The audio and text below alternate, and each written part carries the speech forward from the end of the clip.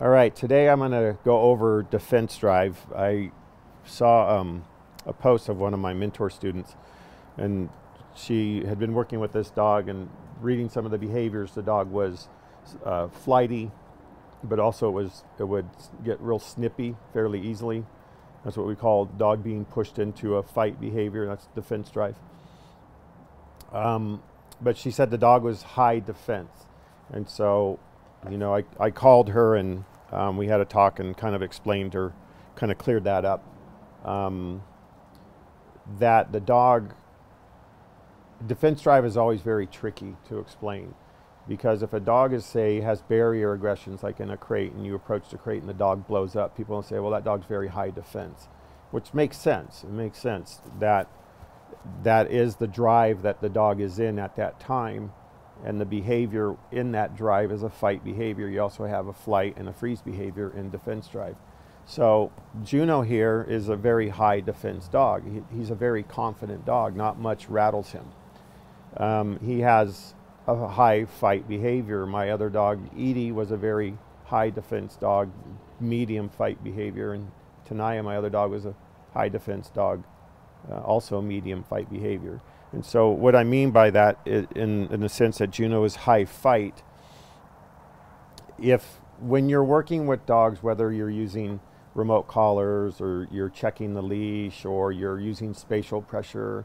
So if I step into a dog and they back up and they put their ears back, I have loaded that defense drive. I have put that dog into a defense drive. Putting is not a problem. Pushing the dog into defense and into a fight behavior, that's a problem. And so a lot of these insecure dogs are low defense dogs, right? And there's the term flight and fight, right? Flight or fight. And so like my dog Hazel, she's a high flight dog. But if a dog comes up on her quick and she doesn't, and she feels cornered, she's gonna blow up. That's her being pushed into a fight behavior because of that dog's encroachment, right? And so she'll blow up and then she'll take off, right? So that means that her flight behavior is much stronger than her fight behavior, but it doesn't mean that she's not going to exhibit the fight, right? And so again, it's like with Juno, if I was to correct him for something and he acquiesced and he says, okay, I got it, but then maybe I'm frustrated and I want to go and correct him again harder, he's not going to stand for that. That's going to push him into a fight behavior. And this is what you'll see sometimes with dogs that are possibly redirecting on the handler.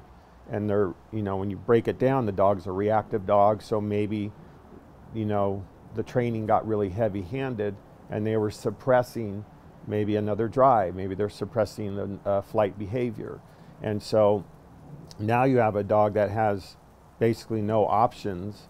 And when the corrections keep coming and they're stronger and stronger, you're going to have two options. The dog's either going to shut down or it's going to go into a fight behavior, which is the redirect. So there was just something I wanted to clear up with my student, and I thought, oh, this would be a good teaching moment as well, just to kind of clarify more about defense drive. So it's the really common mistake that people identify a dog with being a high defense dog. I honestly haven't had a lot of high defense dogs come through my training. I've owned 3 in my life, and Juno's my 3rd, and I've maybe trained a couple. For some reason, high defense dogs, I don't get a lot of them, but most of them are medium to low defense. And so when I hear people say that this dog's a high defense dog, it's probably not. It's probably a dog that's learned that going into a fight behavior resolves the issue at hand, and so they just do what works for them. So you have to reprogram the dogs to say, look, here's another option. You can go into flight, come away from what's triggering you, and you can do that through recall work and recall and place work and things like that. So anyways, so I hope that clears up a little bit more in defense drive. This is kind of what I go into more detail with my mentor students, and then as well as the workshops that I have coming up in July and September. So you can find that link on my profile, and thanks for watching.